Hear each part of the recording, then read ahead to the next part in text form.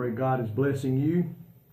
And, you know, it's exciting. Yes, we're living in a world of sin. We're living in a world that seems to be getting worse by the moment. But as a brother in the Lord who's gone on to receive his reward used to say, we're living in exciting times. Soon, the Lord's fixing to step out on a cloud and call us home. Could be today. That's why we need to live our life to honor him and to serve him 100% and fight temptation that comes our way. And that's what I want to talk about this morning. It's found in 2 Timothy chapter 2, and I think it's going to be 22, verse 22. 2 Timothy chapter 2, verse 22. Paul again talking to Timothy. He tells him, flee also youthful lust, but pursue righteousness, faith, love, peace with those who call on the Lord out of a pure heart. Folks, today we're fighting, and we're going to fight until this day is over with and this life is over with. It matters not whether temptation will come our way. The only thing that matters is when. It's coming. There's no way to get around it. Today, if you're a child of God, you're going to face trials and temptations. And as long as we live in a world where Satan is ruling, he's not in charge of everything, because God's still in charge of everything. But Satan, this is his dominion. This is his world, because that's what man has chosen. Temptation is going to knock at our door from time to time. And it's going to attack us in our heart. And we also know the battlefield of our mind is an ongoing, constant thing.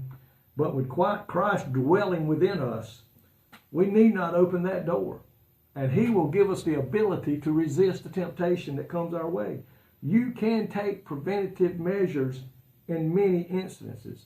One of the greatest and easiest is just to get away from it. If you're in a room where gossiping's taking place and we're not supposed to be a part of that, leave the room. If you're there where they're telling dirty jokes, leave the room. If you're in a place where they're wanting to watch something on a movie or a TV program that's not fit for Christians to watch, leave the room. Tell them, I'm excusing myself. I'll have to go. And then we need to make sure we understand who is behind our temptation and our troubles and trials. It may be a friend that comes against us. But you know what? If they're not serving Christ, they're serving the devil. We must realize where this stuff is coming from. It is coming from the enemy. Then we need to think about the consequences if we surrender to that temptation. Now, we're not perfect. There's going to be days when we get knocked down. There's going to be times when we probably going to do something we shouldn't have done.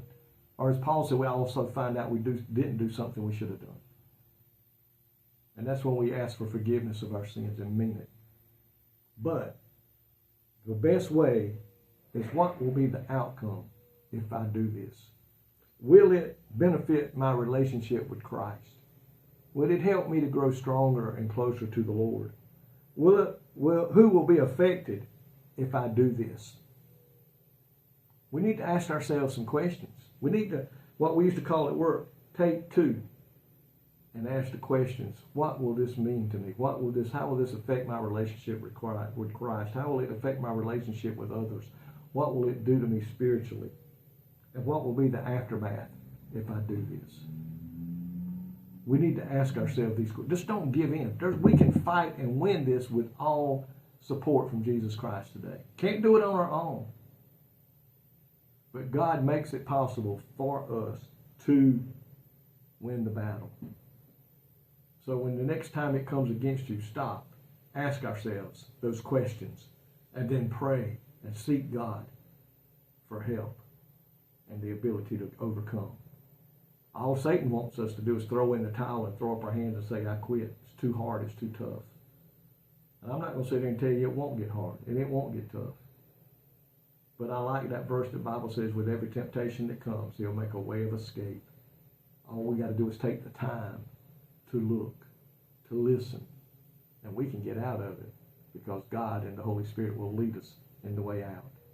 God, thank you today that we don't have to fight these battles alone, that you're going to be there with us.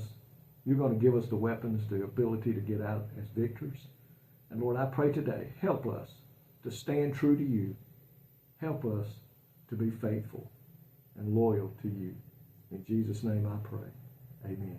Folks, may God richly bless you today, is my prayer.